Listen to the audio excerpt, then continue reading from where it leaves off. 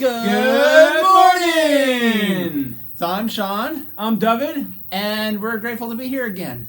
So today we're going to continue the story of Joseph. I love Joseph. You know why? Why? You know when I was born? And tell me about that. So I was born back in the day. Okay. Not that long ago, but I was born. So you were born in the time of Joseph? No, close. Oh, okay. So when I was born, we were actually reading this section of the Bible. And 13 years later, I actually got to read this section from the Torah scroll. Really? So I actually know this section pretty clear. That's good. So you are our subject matter expert. Absolutely. Or as the military likes to call it, SME. That's right. All right, so those who like to follow along, we're on Genesis chapter 39. I love that chapter. The best chapter around. That's right. Now, if you guys recall, Joseph had just been sold into slavery to Ishmaelites. Now, David and I were talking before. I've always said Potiphar. However, It's called Potiphar. Potiphar. I might still say Potiphar just because I'm used to it. Yeah, but this story is great because if you read verse number 1, it says, Joseph went down to Egypt, and he was acquired by Potiphar, the minister of the guards, an Egyptian, from the hands of the Ishmaelites that brought him down there. Now, I just want to point something out. For those of you who are watching, he's reading Hebrew and translating to English as he goes. So that's pretty cool. I mean, that's pretty good speed. That's because I'm looking at your phone, and it's clearly not English. Absolutely not. Yeah, but what the words coming out of your mouth are English. The word from the Bible. If you read the scrolls, they're all in Hebrew. Oh yeah, absolutely. So I got to know a little bit of Hebrew. All right, so verse 2. I love. So even though he was not free, right? No, but The Lord was with him. yes, but and it says that the Lord was with Joseph, and he was successful in the house of his master. So this is something that's very amazing. He's this guy's a prisoner. He's a prisoner working he's a slave, and guess what? He's successful. So you have to wonder what is success in the eyes of the Lord. It might be a little bit different than what you might consider. Absolutely. Success. It could be that he's just helping out at the master's house, keeping the house nice and neat. He's successful, keeping the food on the table. Yeah, and the King James word is prosperous. And quite often when we hear the word prosperous, maybe, I don't know, they had wealth and, lots of money. But that's not the case here, is it? That's right. Absolutely. What I think is interesting, though, is his master saw him as he was favored of the Lord. And he immediately gave him charge of all this stuff. So he was in charge of everything. And his master completely trusted him, 100%. I mean, that says a lot about Joseph's character and everything, Speaking of Joseph's character, though. Well, before... Hey, what's up, Ezzy? You want to say hello to all my soldiers? Nope, you don't have to. This is David's son. That's Ezzy.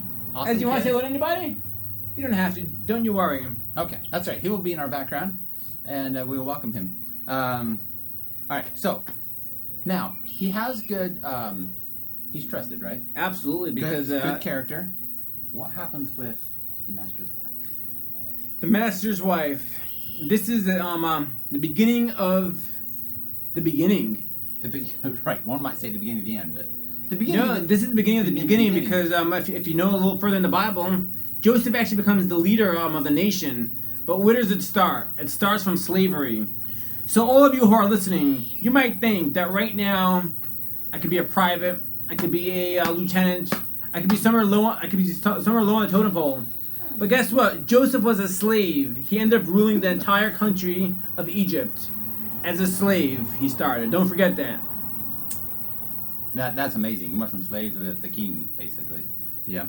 But so Potiphar's wife looks at him like she was attracted to him. I mean, I don't know. I'm trying to stay rated G, but he really she really wanted to sleep with him. Yeah. So if Joseph, if he would have been in the military, he would have had the perfect opportunity to go to his sharp rep and file the complaint. He would have been in good hands. But the Lord did not want him to do that. They did not have a system back then. But he did refuse. He did the right thing. He always refused. It says that they took a couple days. She was trying to get his attention. One day he comes and nobody else is in the house. That's right. There was a party in the land, and yes, it was just Joseph and the master's wife. Yeah, so, and Joseph's like, how can I do this wickedness? How can I do this? And of course Joseph runs. She grabs his part of his clothing, And then she shouts, and all the people come running, and she tells this lie that Joseph tried to do something to her. And then of course her husband comes by, same story. And so now what happens to Joseph? So Joseph, if you read in the verse, it says that the master of the household took Joseph to the jail, That's right. escorted him to the jail, and handed him over to the minister of prisons.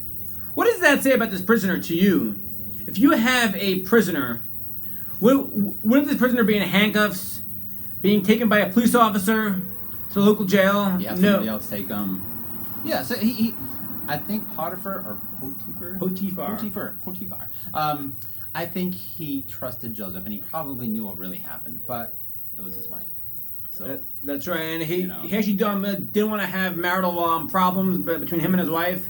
It was probably easier for him to say, "Hey, let's take Joseph. He's just a slave. Bring him over to the prison. I'll actually speak to the head of prison, because don't forget, his master was actually a minister in the king's household. He was a pretty high-ranking minister. So, and Joseph was put in charge of all the prisoners. I mean, that's pretty cool. So, well, the neat part of it was it happened very, very quickly.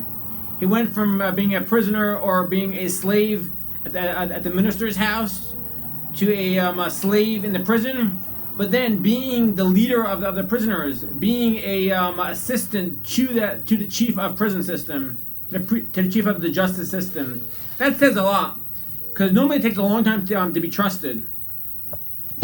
Oh, that's okay. We're back. We had us little technical difficulties. So the minister, the prisoner minister, trusted Joseph 100% and didn't even look up after him. The very last verse, it says, "The keeper of the prisoner looked not to anything that was under his hand." So there's complete trust. Obviously the story does not stop there, but we're going to stop there. Absolutely. But what are some things that we can learn from that? We can learn a few things. I think no matter what, have integrity, right? Absolutely. And then also, don't forget, what religion was Joseph? What religion was this minister? Joseph was the house of Israel. That's right. So Joseph was Jewish. Completely different religion in a foreign land. And yet at the same time, The minister was not. Joseph held his faith during his entire time at this minister's house. That got to be very difficult. Being a man of faith while the world around you is celebrating a different religion. Soldiers are far from home. This is like a different religion. It's a whole new language. Good point. It's a whole new understanding. Soldiers come out to wherever they are. Fort Hood, Korea, South Carolina, anywhere. Soldiers have to adapt and overcome their surroundings. Joseph had the same thing. He might not have been a soldier, but guess what? He was in a new land, a new country. He's coming from Israel, going down to Egypt. It's a nice trip, but they probably don't speak the same language. They probably don't worship the same God. And Joseph, or what we can learn from that too is we're different. That's right. I mean, especially in the Army, look around in your unit. There's a bunch of diversity, and we can work together, right? So Joseph is one religion, this minister is another religion, yet they work together. Joseph gained trust. The minister saw that Joseph was a good person. So it's okay to work with different people. Yes, it's definitely okay to be different. Guess what? I'm a rabbi. And I'm a Latter-day Saint. So it's two different religions, but guess what? We're here as friends, and we're here to talk to you. And we have a lot in common. I think we have more in common than we have different. Absolutely. At least I would think so. So anyway, thank you guys for watching, and till next time. Till next time.